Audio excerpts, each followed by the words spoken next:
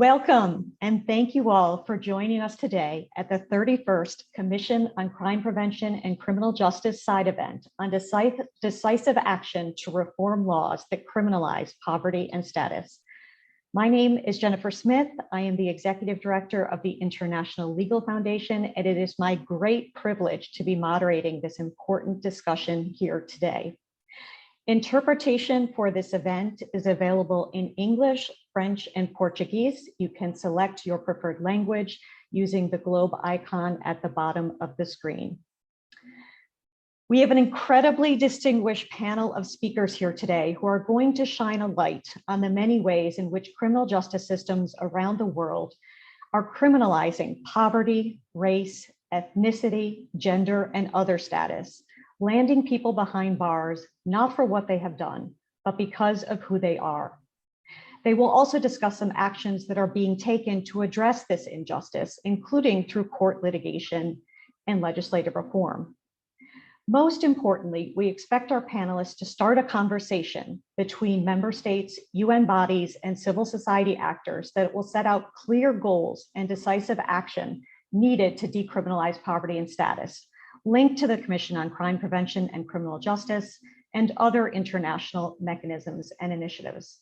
Unfortunately, given the number of speakers, I don't think we will have time today for question and answers from our panelists. However, this event is just the beginning. We plan to have more discussions and opportunities for action around the decriminalization of poverty and status this year. So we encourage you to type your questions and comments into the chat box so they can be noted and help inform this ongoing work. Please also introduce yourselves. We'd love to see who's here, the diversity of participants. It will also help us to keep you all informed in this year of action.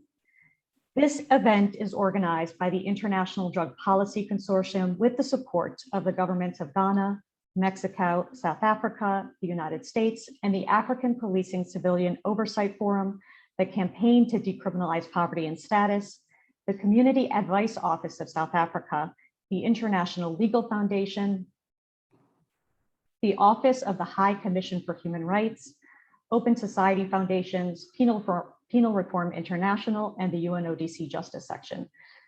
Please note that this event is being recorded and will be available for replay. It is now my pleasure to introduce our first speaker, Rachel Rossi, the Deputy Associate Attorney General of the U.S. Department of Justice, who will provide opening remarks. As a former public defender, Ms. Rossi has witnessed the devastating connections between race, poverty, and injustice in the United States. And that the Department of Justice has been leading efforts to address this crisis nationwide. I am happy to announce that just yesterday, we heard that Ms. Rossi was appointed to lead a standalone office for access to justice at the Department of Justice that will be dedicated to the mission of closing these gaps. Ms. Rossi, the floor is yours. Thank you, Jennifer, and thank you so much for your leadership on these issues. Good morning, good afternoon. Thank you for that kind introduction. It's my pleasure to be here on behalf of the United States Department of Justice and to join the many member states and civil society organizations that are participating with a shared goal of equal justice under law for all. Our democracy in the United States is built upon the idea that the law, if applied fairly and impartially, can serve as a great equalizer and a powerful force for justice. But for people facing the reality of poverty or living paycheck to paycheck, a single incident, whether a fine by a court or an outstanding warrant, can lead to a cycle of profound problems that ruin lives and tear apart families.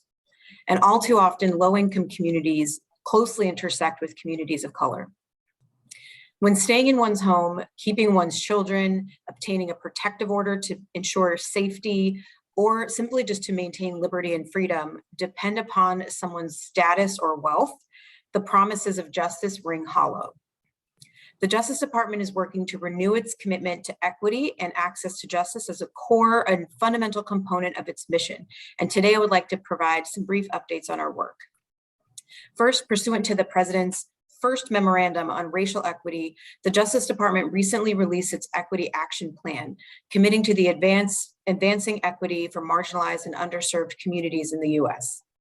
The department's priorities include increasing access and opportunity in 5 key areas: federal financial assistance, grants, language access, stakeholder engagement, and contracting and procurement. Further, we know that Indigenous communities, communities of color, and low-income communities are most affected by environmental harms and frequently face barriers to accessing the justice they deserve. For this reason, the department has created the first ever Office of Environmental Justice to address the public health harms caused by environmental crime, pollution, and climate change. Associate Attorney General Vanita Gupta recently announced a comprehensive environmental justice enforcement strategy that will prioritize cases that have the greatest impact on these communities. In addition, the department is renewing a strong focus on promoting constitutional policing. Following a review led by Deputy Attorney General Lisa Monaco, the department announced written department-wide policies limiting the use of chokeholds and limiting the circumstances in which federal law enforcement components may enter private homes without first knocking and announcing themselves. The department also directed federal law enforcement personnel to wear and activate body-worn cameras in specific circumstances to promote transparency and confidence in the department's work. In addition, the department recently announced the creation of a National Law Enforcement Lab, Knowledge Lab, a free training, technical assistance, and resource hub for law enforcement designed to promote constitutional policing, improve public safety, and build trust in communities across the country. It will build on multiple department initiatives to support best practices in policing. Talking a little bit about our work to combat hate crimes, the department's goal of ensuring racial equality includes reforms to prosecuting and deterring acts of hate. Hate crimes have risen to their highest level in nearly 2 decades, the majority of which, over 60% in the US, were motivated by race and ethnicity. Recent examples include the disturbing new pattern of hate crimes against Asian Americans that increased during the pandemic, and also just pause to recognize the victims and the community suffering after the mass shooting that occurred at a Buffalo supermarket last weekend. The department continues to vigorously investigate and prosecute hate crimes and incidents under criminal and civil laws, and we are using all of our non-enforcement resources and tools as well, and that includes funding, training, and community mediation to pursue a comprehensive and robust response to root out and eradicate hate. Finally, last October, Attorney General Merrick Garland announced the reestablishment of the Office for Access to Justice. The guiding principles of the revitalized and expanded Office for Access to Justice will lead the department's multi-layered response to racial inequity and will work to address the justice gaps created by poverty, language access, and other economic barriers. Among its priorities, the office will promote improved and equitable access to criminal justice and department initiatives by working with members of underserved communities to ensure that they are treated fairly and that their voices and experiences inform the department's work. The office will also lead the department's efforts to address the root causes of discrimination and overrepresentation in the criminal justice system through data collection, study, and research. The Office for Access to Justice will accelerate innovation by championing best practices and new strategies that promote fairness in our civil legal justice system, and collaboration like this is critical as we learn from you as well. We are also working to expand language access to department resources and tools in order to ensure we effectively reach and serve all of our communities. The Access to Justice Office will also partner with foreign governments and non-governmental organizations to revitalize U.S. global partnerships on access to justice, supporting the work of the UN Crime Commission, and also supporting our work to comply with UN Sustainable Development Goal 16. And finally, the Office for Access to Justice intends to address specifically economic barriers that stand in the way to justice, such as unaffordable fines and fees, cash bail, and eviction and foreclosure proceedings that disproportionately punish poor people, people of low economic means, people of color, and other vulnerable communities. In closing, Brian Stevenson, a well-known US civil rights lawyer, said, "I'm not persuaded that the opposite of poverty is wealth. I've come to believe that the opposite of poverty is justice." The department is deeply committed to taking all necessary steps and to partnering with you collectively to ensure that this promise of justice is real for all. This work is urgent, and we must find tools to stand in the justice gap which is most often disproportionately felt by communities of color and low-income communities. We have a great deal of work to do, and we know that, but we are proud to join with you and with others in the international community who share our commitment, and we look forward to a fruitful sharing of ideas and experiences from which we will all benefit. Thank you so much. Thank you so much, Rachel, both for acknowledging, of course, the deeply rooted racial injustice that exists in the United States and its intersection with economic inequality, and what you're planning to do in your leadership position at the Office for Access to Justice to address these issues. I'm really excited about the U.S.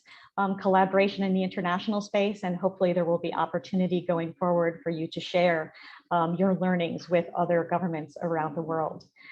Next, I'd like to introduce the Honorable Judge Makume, who is representing South Africa at this event. Judge Makume brings rich experience to this panel, both as chairperson of the Board of Directors of Legal Aid South Africa, which is, the lead public defender organization in South Africa representing poor and marginalized persons accused of criminal offenses, and as a judge of the High Court of South Africa, South Gauteng Division. As a judge, he has shown great courage addressing injustice, most recently in a judgment he handed down in March, in which he found that the police had killed a trade unionist in 1982 and must be held responsible for their actions. Judge Makume, the floor is yours. Thank you, Jennifer, and good afternoon to everybody. My discussion with you today will more or less dovetail what Jennifer has just indicated to you. As you all know, South Africa may be classified as an upper middle class income country, but it remains amongst the most unequal, one of the most unequal societies in the world, with very high income and wealth inequality and low intergenerational mobility remaining as marked legacies of the historic entrenchment of economic and social exclusion. Poverty in South Africa has very strong racial, gender, age, and spatial dimensions. A significant number of the population lack adequate access to basic social services such as health, quality health care, safe water, and education. However, in South Africa, most of the cities and metros have laws that exist that have the effect of making the poorest and most marginalized people in society criminally responsible for their status by making it a criminal offense to perform life-sustaining activities in public spaces. This includes people who sleep in the open because of homelessness. This includes people who stop at robots and intersections begging for money and food. We find a number of them from across the neighboring countries, Zimbabwe and Mozambique, and with young children standing at the street corners asking for money. Now the metros and the cities do not want to see people like that in the street corners, and they take steps to remove them, at times detaining them overnight for loitering. We fortunately have a Bill of Rights in our constitution, which we regard as a cornerstone of democracy in South Africa. That bill enshrines the rights of all people in our country, irrespective of their origin, whether they come from Zimbabwe or from Namibia. It affirms the democratic values of human dignity and equality and freedom that we have so much fought for. However, we do find that of the rights that are entrenched in the Bill of Rights, it is the second generation rights that are most connected to social and economic features of life. South Africa is one of the only few countries in the world to entrench rights such as access to food, water, housing, healthcare, and social security. This you find in Section 27 of the Constitution, as well as children's rights to education, which you find in Section 28. We have petty offenses which still exist, for which people are still criminalized. Petty offenses refer to minor crimes for which the punishment is prescribed by law as a small fine or a short term of imprisonment. These include Offenses like vagrancy laws, such as being a rogue, a vagabond, or an idle or a disorderly person, loitering, prostitution, and failure to pay debts. All these offenses are criminalized through laws which are not criminal in nature, but are created for the administration of such matters as the control of public nuisances, municipal roads, public places, traffic and parking. And those laws criminalize informal commercial activities such as hawking and vending. We know that a large number of people who cannot find employment resort to hawking and selling on the street sides and at some of the street corners. Laws that criminalize petty offenses are inconsistent with the right to dignity and freedom from ill treatment on the basis that these laws contribute to overcrowding in places of detention. The enforcement of these laws significantly contributes to the number of people in police custody and pretrial detention and has an adverse impact on the enjoyment of other rights by detainees. This includes prolonged police custody because people are unable to afford to pay bail to be released on bail. And they're exposed to overcrowded police detention, prison detentions, and then are exposed to ill health. It has become even worse with the pandemic, the COVID pandemic. People come out of those detentions having been affected. Laws that criminalize petty offenses are often vague and overly broad and do not always specify the conduct being criminalized or the requisite criminal or intent. Consequently, law enforcement officials are given wide discretion to determine which activities constitute criminal behavior in a particular context, which often results in the law being applied in an arbitrary and or discriminatory manner. Some police officers do arrest people who are found to be illegal in the country, and they make it a point themselves that they take bribes and say that you have now paid me money, you can go, and make sure that you don't get arrested again. As I've mentioned earlier on, idle and disorderly laws are usually enforced through police soups, which target people based on their status as sex workers or drug users. Although all these persons are marginalized, those targeted amongst them are those who are poor. The enforcement of these offenses is thus on the basis of economic status. Arresting a person based on their status as a sex worker or based on being poor amounts to unfair discrimination and unequal treatment before the law on the basis of economic and social status, which are protected under the Constitution, our Constitution. Our courts have also found that soups of areas where homeless people are living and resulting in confiscation of and destruction of their properties violated their due process and protections against unreasonable search and seizure. This you find mostly in squatter camps and people who do not have homes. Homelessness is a persistent social issue in our country. Homeless individuals often experience violence and victimization at disproportionate rates. They are frequently exposed to harsh treatment and often stripped of their basic constitutional rights. Homeless individuals are arguably amongst the most vulnerable people within our society or any society, yet the concept of the homeless victim remains absent from popular consciousness as well as from criminal justice system. Homeless individuals rarely report their experiences of victimization, which could be due to their lack of awareness of their legal rights or their unwillingness to assume victim status. A survey on the cost of homelessness in Cape Town revealed that on average, a homeless individual is arrested at least once every 3 years. To date hereof, however, there is no specialized legislative framework directed at addressing victimization of the homeless in South Africa. The criminalization of homelessness is seen as an extension of the negative attitude held by society against members of the homeless population. Historically, homeless people have faced various forms of discrimination, both individually and perpetuated as state-based institutions. For example, the criminalization of activities associated with homelessness, such as loitering or being a public menace due to their visibility in public spaces. Homeless people are often subjected to regulations that are interpreted by many as being discriminatory. In addition to an increase in the risk of victimization, there is also a tendency of members of the general public and law enforcement officials to criminalize this vulnerable social group.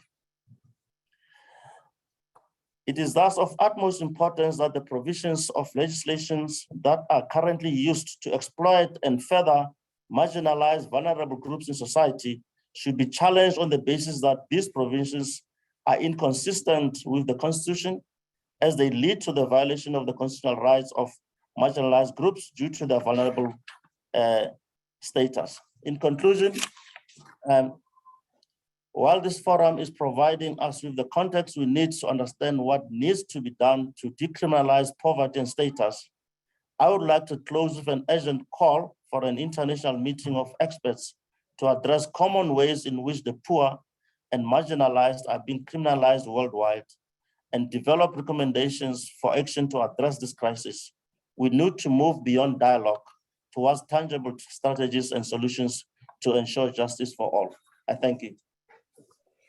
Thank you so much, Judge Mukume, both for acknowledging the deep injustice that exists in South Africa and your efforts to address it, and calling for that expert group meeting. And I just want to acknowledge that South Africa in 2014 similarly led an initiative to bring together legal aid providers from around the world to address the access to legal aid crisis that exists. And that's turned into a biannual event. So I hope with your leadership, we can make this expert group meeting happen as well. Thank you, Judge Mukume. It is my pleasure to introduce to you now our next speaker, Olivier De Schutter, who is the United Nations Special Rapporteur on Extreme Poverty and Human Rights. An expert on social and economic rights and on economic globalization and human rights, Mr. De Schutter has a unique understanding on the ways in which the poor and homeless are being criminalized around the world that I hope he will share with us today, acknowledging what has already been said that is happening on the ground in South Africa and the United States. Mr. De Schutter, the floor is yours. Well, many thanks indeed, Jennifer, dear colleagues. It's a great pleasure to be here, and thank you for organizing this important discussion on the occasion of the 31st session of the UN Commission on Crime Prevention and Criminal Justice. Let me start by reminding all of us that this issue that we are discussing today, particularly the criminalization of poverty as one of the most striking examples of criminalization based on status, has been revived by a judgment delivered a bit more than a year ago by the European Court of Human Rights in the case of Lacatouche versus Switzerland. This was a judgment of 19th of January of 2021 concerning a woman of Roma origin, Violetta Lacatouche, who had been fined 500 Swiss francs for begging in a public space in Geneva. And this is an offense according to the regulations in force in the canton of Geneva. And since she couldn't pay, she was sentenced to 5 days of detention in remand for failure to pay the fine. The European Court of Human Rights considered that this was in violation of Article 8 of the European Convention on Human Rights, and specifically the right to respect for private life that norm embodies, despite the fact that some 29 states out of the then 47 member states of the Council of Europe have similar regulations in place. The finding of the court was that a person without work, without social aid, may have no other option than to resort to begging. And the court dismissed the arguments of Switzerland that sought to defend the imposition of the fine and the sentencing to a jail sentence. Switzerland alleged that this was needed to combat human trafficking and criminal networks, that the passers-by were disturbed by the activity of begging, although Violetta Lacatouche was not aggressively begging or harassing passers-by. And Switzerland had argued also that for the economic well-being of Switzerland and the attractiveness of Geneva as a place where tourists could be lured to come, that may be a problem.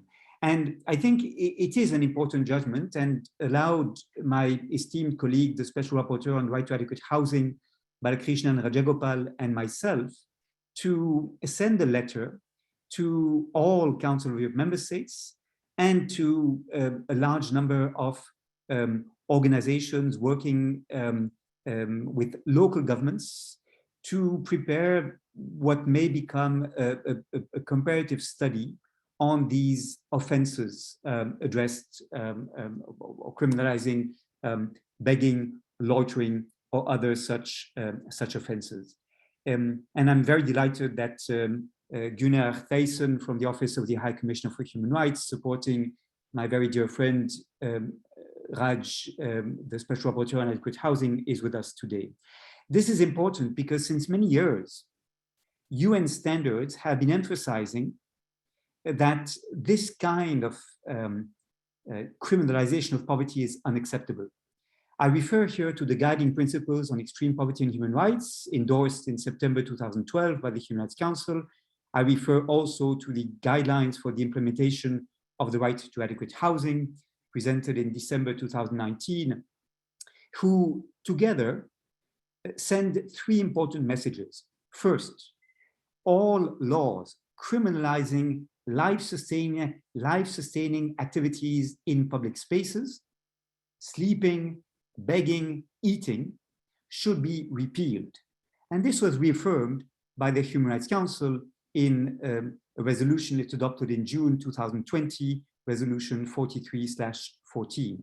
Secondly, until such laws are repealed, at least local collectivities, law enforcement agencies should ensure that the non-payment of fines should not lead to prison sentences being imposed. And thirdly and finally, local authorities should prohibit forced eviction of homeless persons from public spaces and the destruction of their personal belongings. Indeed, they should respect the privacy of their home, or one should say perhaps of wherever homeless people are able to live. And I think these are important reminders that with Balakrishnan Rajagopal, we will try to push in the next few months. Why is this important? I would like to emphasize three reasons why the criminalization of begging is of deep concern to us. First, it feeds stereotypes about people in poverty, people that if their activity as beggars, for example, is criminalized, are described as having chosen their condition and as being responsible for that condition, and are described as being dangerous, a threat to society, a threat to law and order. So this feeds into the negative prejudices against the poor that, as we know, have a number of problematic consequences, not least that people in poverty will fear contacts with public authorities, will not dare to seek support, to seek help, and will try to remain invisible, shameful of their condition once what they do is considered a criminal offense. So that is the first, I think, major reason having to do with the symbolic message that the law sends why we should address the criminalization of poverty. The second reason is that all too often, criminalizing begging or other life-sustaining activities that people who are homeless resort to is often a pretext for not addressing the structural causes of poverty: lack of economic opportunities, insufficient social support, unaffordability of housing. I take as one recent example of this the decision by the municipality of Beirut to crack down on informal workers, street vendors, shoe shiners, beggars in Beirut. And the statement we read from the municipality says the following, and I quote here. They say, with the worsening economic crisis that led to the increase and exacerbation of the phenomenon of begging, the presence of beggars on public spaces has, and I quote again, negatively impacted the movement of pedestrians, shop owners, restaurants, and others. Now, in a country such as Lebanon, where more than 80% of the population has fallen into multidimensional poverty, in which people cannot pay for transport to school or to work, in which people now cannot pay for the bread that is their staple diet in the country because of the increased prices of wheat, it is quite unacceptable that instead of treating poverty as it must by fiscal reform and strengthening social protection, that we criminalize the activity of beggars, making poverty as much as possible invisible, relegating it to the margins. And I think that recent example of the Beirut municipality is quite telling in this regard. As we have an economic crisis, that is reaction authorities have. This, I think, should be considered very problematic, indeed unacceptable. The third reason why it's really important to address this is because of the vicious cycles between poverty and criminalization. Poverty, of course, leads people to be criminalized because they cannot pay certain fines or even pay certain taxes, because they cannot live decently without resorting to activities that may be criminalized, such as begging. And as a result of being criminalized, these people are further marginalized and forced into poverty because they cannot have these activities, very eloquently described by Judge Mukeme, but also because finding a job when you have a criminal record is extremely difficult to do. So I think that is a third reason why we should be extremely wary of the fact that these petty offenses, often inherited from the colonial period, remain on the statute books. And so for all these reasons, together with Balakrishnan Rajagopal, the Special Rapporteur on the right to adequate housing, we will continue to fight for this at UN level. We have called for inputs from civil society and from local collectivities, and we have now a very substantive mass of documentation to document what is happening, and we will continue to put pressure on states so that they revise these regulations and do not criminalize the poor, but that they do effectively eradicate poverty. Many thanks indeed.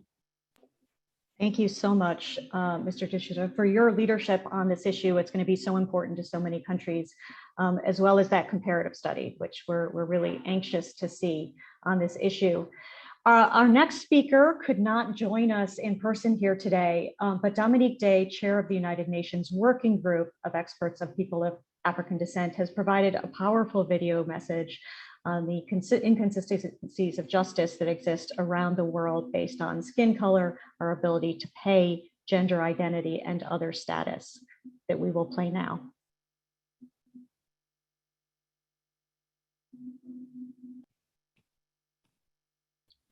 I am Dominique Day, and I am the chair of the UN Working Group of Experts on People of African Descent. And I'm very pleased to be joining you here today for this important conversation. You know, we talk about equal protection under the law, and lawyers like me feel a personal pride and an investment in that idea. And yet we know equality before the law has not existed in our lifetimes or in our memories. Moreover, the injustices of criminal legal systems the world over have important similarities. The fairness, accuracy, efficacy of criminal legal systems are frequently compromised jurisdiction to jurisdiction based on demographic qualities. Race, financial status, sexual orientation, gender identity and expressions, and sex characteristics are all correlated with lesser justice. With respect to people of African descent, we can catalog the racial disparities at every stage of the criminal process where data disaggregated by race exists. This is not by mistake. To the contrary, we could argue it's by design. Criminal justice frameworks, tactics, legal instruments, investigative and prosecution techniques, and surveillance tools are exported all over the world by a small handful of wealthy and powerful countries. Race itself is a transnational construct that has grown in parallel with our modern global economy.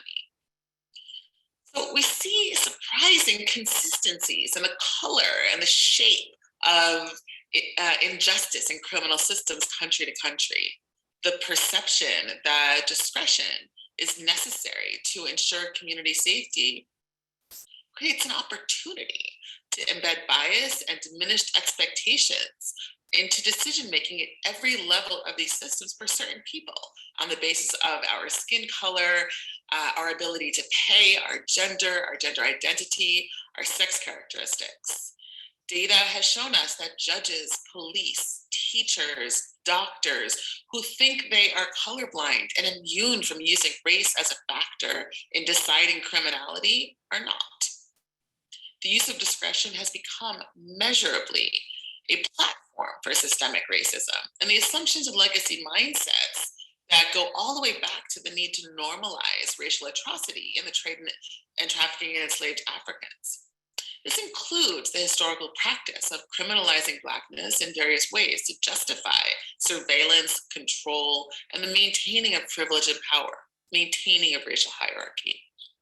So even as we think of criminal systems as very local, modern decision-making is heavily influenced by transnational racial biases and modern tactics, equipment, and practices, including the very language of our statutes that are imported from the US, from Europe, from the North.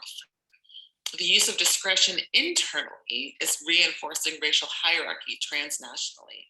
And we can measure this. We can measure it everywhere. We have data disaggregated by race. We can measure it qualitatively as we take walks through prisons and jails and even certain neighborhoods that are heavily policed in so many countries. So what do we do about this? What do we do? First, it is well past time to start using international forums such as this as truth-telling spaces to discuss the realities and the urgency for authentic reforms. Second, data disaggregated by race and other demographic factors is the only way to track whose human rights are being obstructed and impacted by bias. Our ignorance in this regard has not protected us. Third, it is critical to use the expertise existing in each country and each community to understand how the use of discretion, how the export of criminal justice tactics, and more may be feeding systemic racism intersectionally, and may also be feeding the criminalization of people on the basis of their status. And finally, there is a clear need for a resolution to address the widespread criminalization of poverty, race, ethnicity, and other status by countries around the world. It's an enormous task, and I stand ready to help and offer my own services to those who would join me in this process. And please do feel free to call on me if I may assist you as we move forward together. Thank you.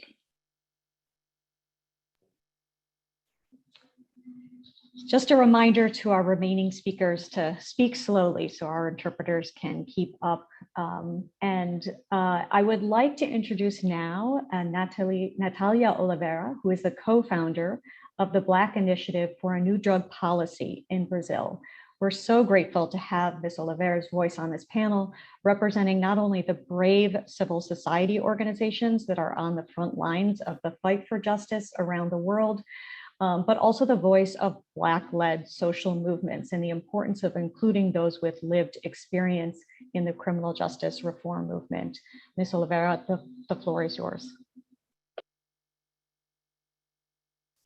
Bom dia a todos e todas. Eu gostaria de agradecer a oportunidade em dialogar e conhecer mais sobre a realidade dos países, bem como apresentar a realidade que enfrentamos no Brasil.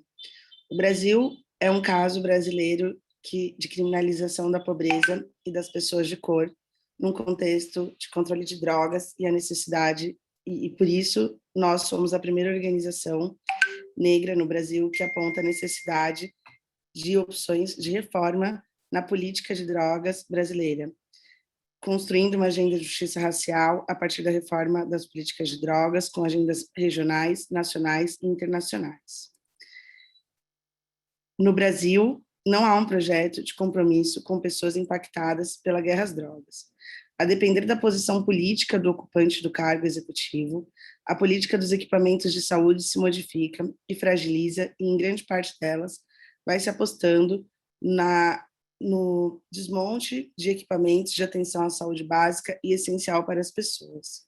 Em contrapartida, também aposta-se na precariedade e na criminalização dos atores políticos, como nós, que se dispõem a ocupar os espaços de poder no Brasil. As comunidades negras, sobretudo as que vivem em áreas periféricas, em áreas periféricas e regiões pobres, estão sob ataque constante, promovido em nome do modelo da guerra às drogas, com o medo de serem mortas por autoridades públicas, como as polícias, mas também por outros agentes encorajados pela proposta de conflito permanente. A guerra é uma opção política e tem motivado o reforço do punitivismo racial e do controle territorial através do massacre, que empurra parte significativa da sociedade pela intensificação do medo. As cidades mais negras do Brasil, como Salvador e Rio de Janeiro, têm entre 100% e 89% dos mortos em operações policiais por pessoas negras. Esses dados são exemplos de como o racismo estrutural e institucional afetam a vida das pessoas negras e como a necropolítica é uma aposta do poder público afetado por territórios negros e pobres. A cada 23 minutos, um jovem negro é assassinado no Brasil. E as justificativas, por vezes, são as mesmas. Policiais dizendo que esses jovens se apoiaram em resistência à abordagem policial.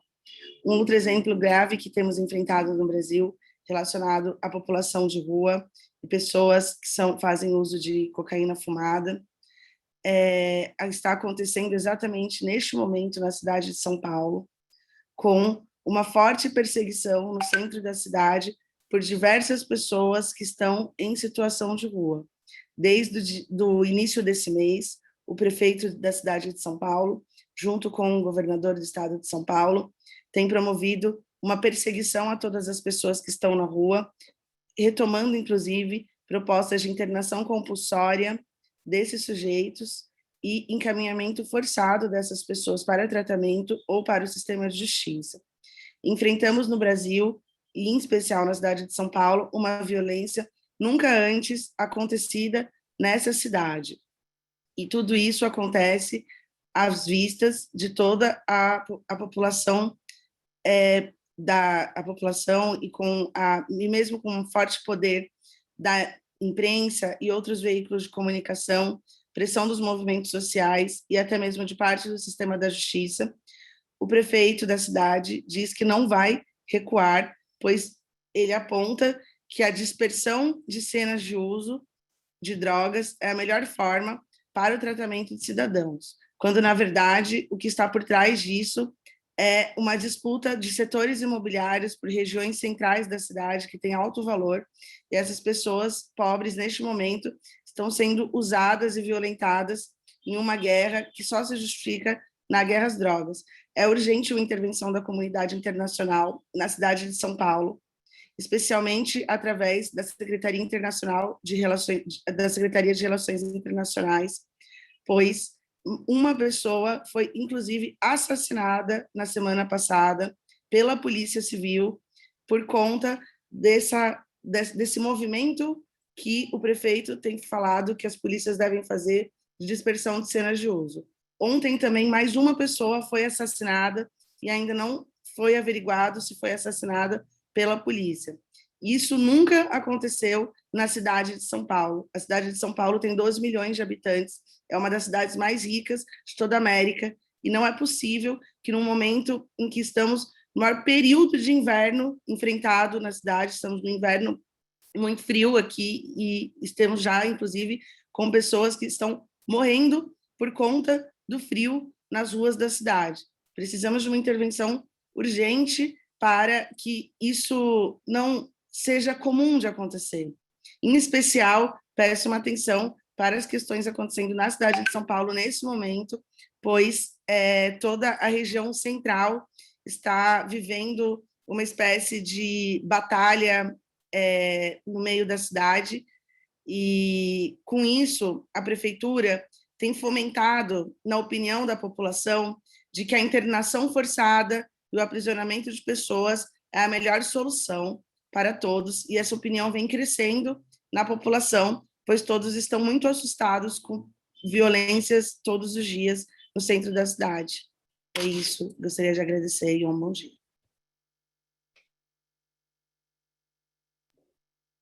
Thank you, Natalia, both for highlighting the real urgency of this crisis and how important it's going to be to include the voice of civil society in any effort to address it globally.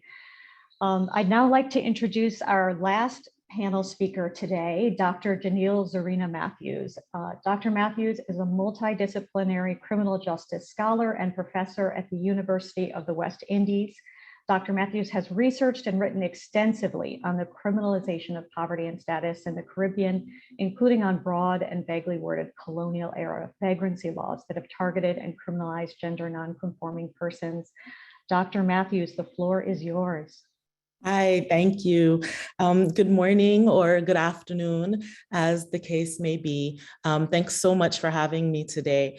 In my short time, I just wanted to quickly share with you an example from the Anglophone Caribbean and to leave you with one of my main takeaways from the strategic litigation that my colleagues and I were involved in. And then tell you sort of what I think ought to happen as a result. So just to give you a little background, in 2009, 7 young trans persons were arrested in Georgetown, Guyana, pursuant to the 1893 Summary Jurisdiction Act. They were arrested for loitering and for the offense of being a man appearing in female attire in a public way or public place for an improper purpose. They were not told what they were being charged with at the time of their arrest or during their entire detention. They spent the weekend in the police station lockup and were taken collectively before the Georgetown Magistrates Court, even though they didn't know each other and they weren't connected to each other in any other way. Their cases were heard together and none of them were represented by counsel. Each person pleaded guilty to the gendered clothing offense, was convicted and ordered to pay a fine of approximately $36 US. And in hearing the case, the acting chief magistrate told the group of trans persons that they were confused about their sexuality and instructed them to go to church and to give their lives to Jesus Christ. And after a year or so, the four of them who were convicted, along with a local NGO, together with the support of pro bono attorneys and my colleagues, filed a constitutional claim in the High Court, arguing that their constitutional rights had been infringed. After making it through the court system, we lost twice at Court of First Instance and the Court of Appeals. But nearly 10 years later, the Caribbean Court of Justice unanimously ruled in a groundbreaking decision for the region that the gendered clothing offense was unconstitutionally vague, and in a decision that would foreshadow the African Court's 2020 decision that vagrancy laws in form and application enable the discriminatory treatment of marginalized persons and deprive persons of their rights to equality and dignity, the Caribbean Court of Justice criticized the law as being anachronistic, an anachronistic vagrancy law that was part of a body of laws that were aimed at keeping the dispossessed and depressed under control, and found that the law left trans persons in great uncertainty as to what is and is not allowed.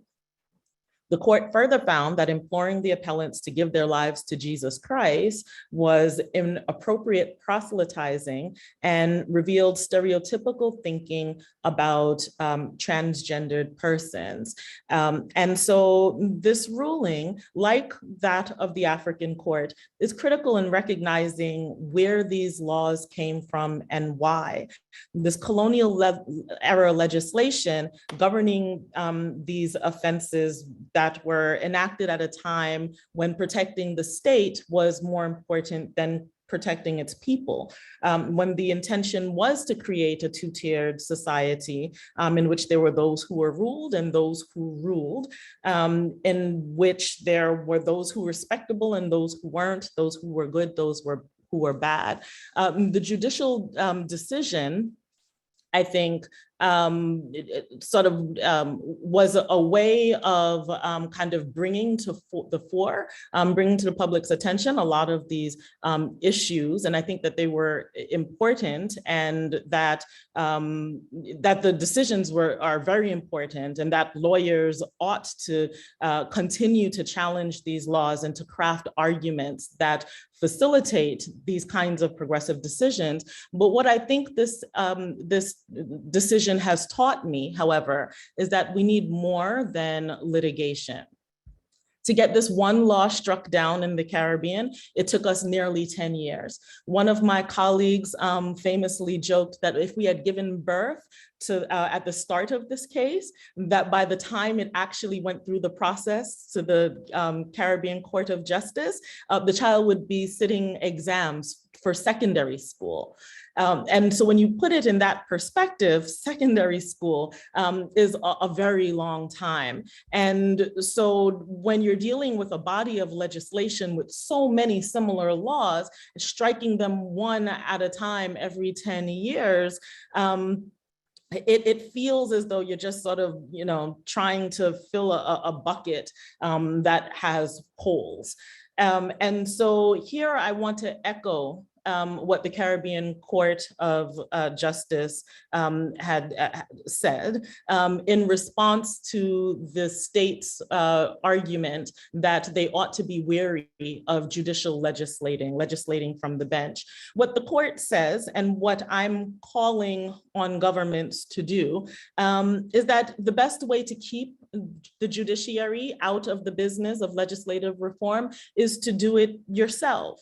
And here in the Caribbean, on the heels of the royal visit and talk about becoming a republic and breaking from the monarchy like Barbados just did, I think this is a really good time to interrogate what doing the reform yourself actually looks like.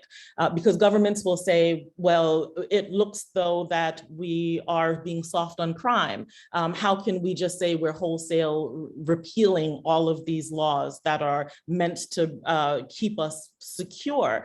And I think there needs to be, within that conversation of what it means to be independent and apart from the monarchy, attention as to all of these absurd laws that exist. Laws like, in St. Kitts and Nevis and throughout the Anglophone Caribbean, you can go to prison for 1 month for saying curse words and swearing in public. Most middle-class people in the region don't believe that those laws exist. Police officers in Guyana, where this case emerged, outside of Georgetown, told me that there was no such cross-dressing law in Guyana. Those who did know that the law existed said, but nobody ever enforces those laws. Nobody cares about those laws. And so if there's a public education campaign around all of the laws that were meant to preserve the inequities and the iniquities bequeathed to us by the Queen, and talking about breaking from the Queen, people would be more comfortable with getting rid or dismantling that framework that was meant to control us. And we need to make the distinction between what is means to secure the state and what it means to preserve safety or to ensure public safety by honoring the promises and aspirations of independence. So what I want to end on is the idea that governments ought to be focused on dismantling or decriminalizing these offenses, but with doing it with the will of the people. So with an eye towards educating the public as to what some of these laws are and why they need to be repealed and how that would make us all safer in a country that we have built and imagined from ourselves. Thank you. Thank you so much, Dr. Matthews. And before we wrap up and really kind of bring all this together into this year of action that we talked about bringing together, this isn't the end of the conversation, but really the beginning on how we can move forward together. I want to give the floor quickly to Anna Giudici, who is with UNODC, and she's going to talk a little bit about an event that the UN put on earlier this week and what they are trying to do to address this issue of racial injustice around the world.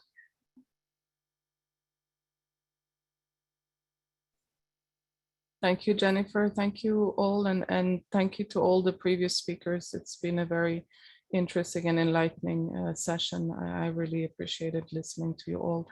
I will just say a few words on behalf of UNODC and the Crime Prevention and Criminal Justice section. First of all, my colleague from OHCHR has already shared with you the quotes and the link to the UN Common Position on Incarceration, which is clear on the need to shift the focus from punishment to prevention, rehabilitation, restorative justice, and social reintegration, and also calls on a movement towards depenalization and decriminalization in appropriate cases in line with international standards. And UNODC has a key role in supporting member states in reviewing both their criminal laws and their penal policies to ensure they're in line with international human rights law, UN standards and norms, but also new developments around the world. So this is something that we do on an ongoing basis, and we will continue to do so. As I've mentioned also in the chat, I lead a team working on equal access to justice for all in line with SDG goals 5, 10, and 16 in particular. And our focus is very much on centering those that we in UN lingo tend to call those at risk of being left behind, but actually in more direct language, those that face discrimination, exclusion, and historic injustices. And in this regard, we work on access to legal aid. We have a strong program in line with the UN principles and guidelines on legal aid, as well as on reforming and modernizing police institutions. We've heard about police violence today. Again, this is a key aspect of addressing in discrimination and use of force, and the role of the criminal justice system that should shift from being an oppressive force to service at the service of communities. We also work on other aspects like restorative justice and support to victims of crime. A new area of work is that of hate crime, which was included in the Kyoto Declaration of the Crime Congress last year. And finally, as Jennifer mentioned, as I also mentioned in the chat, UNODC is the lead of the criminal justice pillar of the UN network on racial discrimination and protection of minorities. And as such, we've worked very closely with OHCHR and other UN agencies on advancing our joint work in this area. And most recently, we had a high-level event this week with Ms. Bashle, Ms. Wali, the Deputy Secretary General, Ms. Nada Nashif, as well as other high-level speakers. If you listen to the recording, you will hear a bit more about what we are doing in this area of addressing racial discrimination and responding to it within the system, but also ensuring access to justice for victims of racial discrimination and making our systems more diverse and representative of the communities they serve. So thank you very much, and thank you to the co-organizers and to all the speakers on behalf of UNODC. Thank you so much, Anna, and thank you to all of our amazing panelists today for, in Dominique Day's words, doing some truth telling, right? Talking about what's actually happening and inspiring us to work together to take action. We're going to be reaching out to all of the amazing participants that joined this event who work on these issues around the world. We are going to be looking at whether we can bring together an expert group that would look at these issues across countries, learn from each other, think about actions that need to be taken, and particularly to really push the Commission on Crime Prevention and Criminal Justice to be doing more, to be having these conversations, to be taking concrete action, and maybe even encouraging member states to bring a resolution that calls on them collectively to take action to repeal discriminatory laws, to stop the use of discretion that criminalizes individuals based on poverty and other status, and that encourages them, really requires them to engage in data collection so that we can really understand what's going on and how laws are being used around the world. Thank you again for joining. We look forward to staying in touch with everyone. Have a wonderful weekend.